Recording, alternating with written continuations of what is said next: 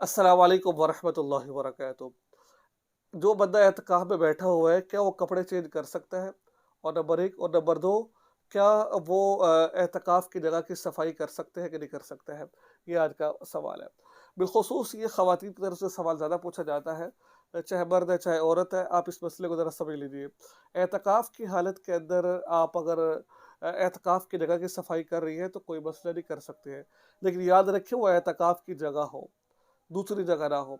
एहतिकाफ की जगह की आप एहतिकाफ की हालत में सफाई कर सकते हैं, इसमें कोई हर्ज की बात नहीं है, ठीक है?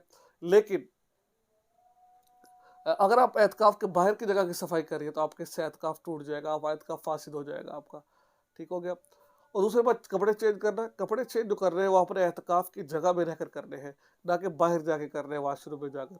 वॉशरूम में जाके कपड़े चेंज नहीं कर रहे, बल्कि कपड़े चेंज कहाँ कर रहे हैं? अपने एहतिकाफ की जगह में बैठकर कपड़े चेंज करने हैं आपने, ठीक है? तो बाहर जाके नहीं कर सकते आप। तो ये था आज का इंतहाई अहम और पेचीदा मसला। तो आप याद रखें, चैनल को सब्सक्राइब कर लीजिए और इस वीडियो को आगे शेयर ज़रूर कीजिए। अस्सलाम वालेकुम वरहमतुल्लाहि वबरकातुहू।